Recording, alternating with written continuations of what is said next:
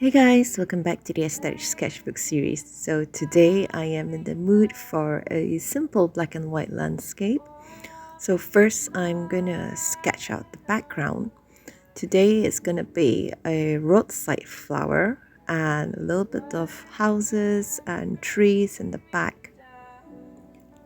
This is quite a new practice of mine, but I find that by sketching out the background first, it's much easier to plan the whole painting. So a minor confession, even though this was titled as black and white landscape, but I use a lot of gray for this. So the colors that I use ranging from lightest to dark would be titanium white, pale gray, cold gray, Payne's gray and Mars black, a total of 5 colors.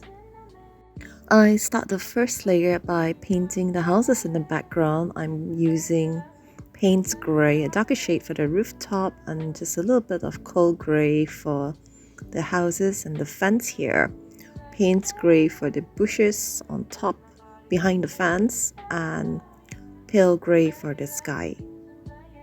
Well, you actually don't have to use so many colors. You can actually just mix it by adding more white or more black, but I kind of prefer to have the colors set as it is. So I wanted to add a little bit of contrast or dramatism to the piece, so black is always the answer. So I'm painting this tree on the left in black. Once that is done, I'm going to fill up this blank space below, which is the road, by kind of just adding cold gray and a little bit of shading with from Payne's gray to cold gray. On the middle over here is where the poppy will bloom from.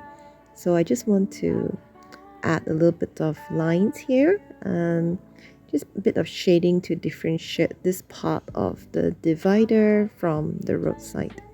I find that when working with the same color or monotone colors, shading is important, especially on flat surfaces. So the sketch looks very rough right now, but I just wanted to see where my values are, like which part is dark and which part is light, and then now I can paint over it properly. So for the second layer, I've decided to add a little bit more details behind, which would be this fence in between the houses and the car.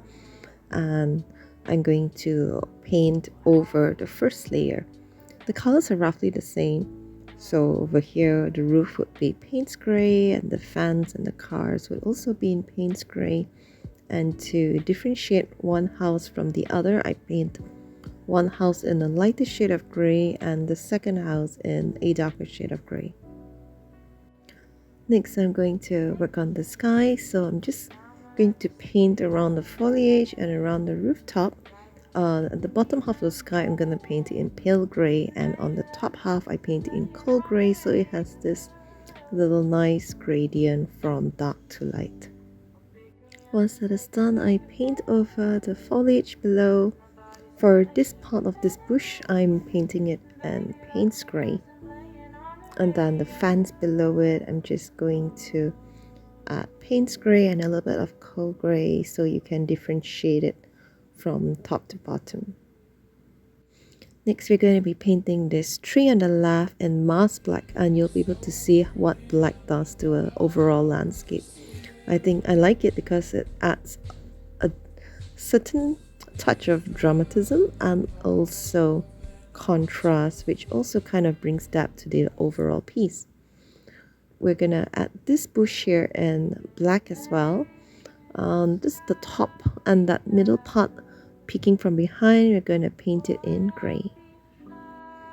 In all honesty, I find that the roads were the hardest to paint because it was just one flat surface. I didn't have much colors to work with as well. So, as I've said before, I want to separate this part of this divider here, or just kind of this section here, from the rest of the road. So for the darker sides around it, I'm just going to use Payne's gray, and then I'm going to add shading with from cold gray to Payne's gray. Every time I want to separate something, then I will use a darker shade. And then for this part of the road, I start from dark to light, so Payne's gray on top to pale gray at the bottom. And then I wet the brush a little bit and I blend it by going back and forth to get that kind of smudgy effect.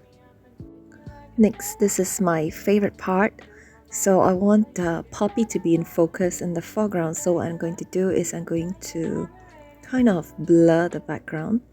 And how you do this is that you take a brush and then you take both the shades. Like for example, for the roof, you take pale gray mixed with Payne's gray, and then you blend it in the middle. And the key for it is to make sure that there are no sharp edges, so then you will get the blurry effect from here. So repeat this step for everything in the background, including the foliage, the fence, the houses, the car, and everything.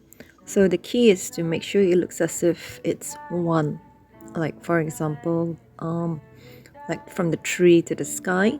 After you add the middle shade and you blend it, then it becomes one smooth gradient. Next, I'm going to take titanium white and I'm going to draw a couple of bokeh circles in the background. This is kind of like to give that reflective light look, you know. Then for the final touch, this is also my favorite one. I'm going to use scarlet red and I'm going to draw a poppy. I'm going to add a little bit of shading for the petals with purple, red, and crimson. And then for the stem and the leaves, I'm using a little bit of green made and also Mighty's green. And it is finished. I hope you like this simple black and white painting. And I can actually kind of like this one. Then peel off the tape and it is done. Thank you so much for watching, and I'll see you again in the next video. Goodbye.